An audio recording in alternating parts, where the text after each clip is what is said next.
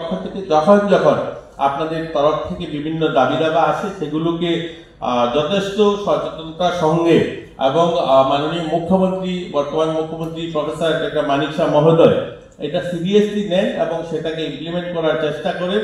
আমি আশা করব অনেকগুলো সমস্যা আপনাদের মিডিয়া হাউসে রয়েছে সেগুলোকেও সমাধান করার চেষ্টা থাকবে। আমিও যখন কথা বলি, যখন দেখা হয়, আমাদের এখানে অনেক সাংবাদিকরা আছেন যাদের সঙ্গে আমার পরিচিত ব্যক্তিগত রয়েছে, ওনাদের সঙ্গে যখন কথা হয় আমি বলি অন্যান্য রাজ্যে, আমরা বড় রাজ্যগুলোতে যেভাবে দেখি, আমরা প্রেস কলোনি দেখি বা মিডিয়াদের জন্য কলোনি দেখা যায়, সোসাইটি দেখা যায়, মিডিয়াদের জন্য একটা এরিয়া ডেডিকেটেড থাকে যেখানে মিডিয়া হাউসগুলো চলে, সেখান থেকে অপারেট করে।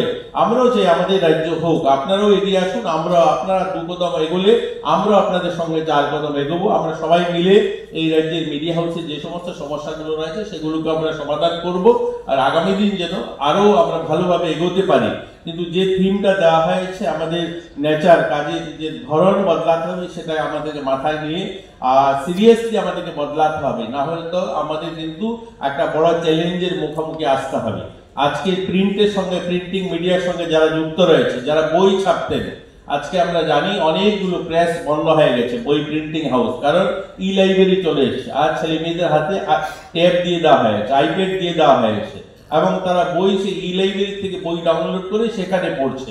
একটা লাইব্রেরি থেকে যে বই কেনা সেটা বন্ধ হয়েছে।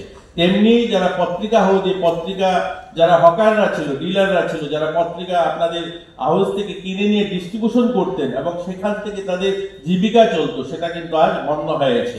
আর যদি বন্ধ না হয়ে থাকে আগামী দিন সেটা বন্ধ হয়ে যাবে, কারণ অনলাইন পত্রিকা মানুষ পড়বে, ওই কাগজের সেই 5টা কাগজ হাতে নিয়ে ঘুরবে না, সবাই অনলাইন পত্রিকাটা দেখবে। আপনার হয়তো পত্রিকা হাউস বেঁচে থাকবে, কিন্তু ওই রাস্তায় যে হকার যে পত্রিকাটা বিক্রি করতো, একটা দোকান লাগিয়ে বা বাড়ি বাড়ি দিত, সেটা কিন্তু বন্ধ হয়ে যাবে। এর জন্য এখন থেকে আমাদের এগিয়ে যেতে হবে।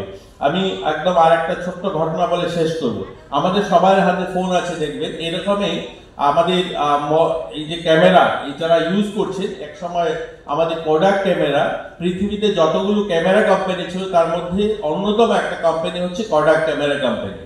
যখন এই ডিজিটাল ক্যামেরা চলে আসলো, কোডাক ভাবলো যে যেহেতু বাজারের একটা বড় শেয়ার আমার কাছে রয়েছে, বাজারে যত ক্যামেরা বিক্রি হয় তার প্রায় 60% ক্যামেরা আমি বিক্রি করি, আমাকে বদলাতে হবে না, আমার ছাড়া হয়তো এই পৃথিবী ক্যামেরা বাজার চলবে না।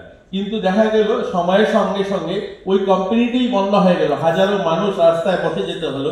কিন্তু যারা নিজেকে বদলে দিয়েছিল, আজ নোকিয়া বদলে তার যে ক্যামেরা ছিল রিল লাগানো, ওটার থেকে বদলে যখন সে ডিজিটালে এসে সে কিন্তু বেঁচে গেছে। আজ কিন্তু সে মোবাইল আবিষ্কার করেছে, বিভিন্ন মোবাইল বিক্রি করছে, অনেকগুলো ইলেকট্রনিক গ্যাজেট সে বিক্রি করছে। কিন্তু কোডাক ক্যামেরা বন্ধ হয়ে গেল, অনেক মানুষ রাস্তায় বসে গিয়েছে। এর জন্য আমরা মিডিয়া হাউসে যারা রয়েছে, আজ আমরা ইলেকট্রনিক মিডিয়া হোক আর প্রিন্ট মিডিয়াতে হোক, আমাদের যদি নেচার না বদলাই, আমরা যদি কাজের ধরন না বদলাই, আমার পাশাপাশি আমার সঙ্গে যারা রয়েছে, আমার সঙ্গে যারা এই ইউনিটে যারা কাজ করে, সবার জন্য কিন্তু আমাদের একটা অশনি সংকেত আমি বলতে পারবো।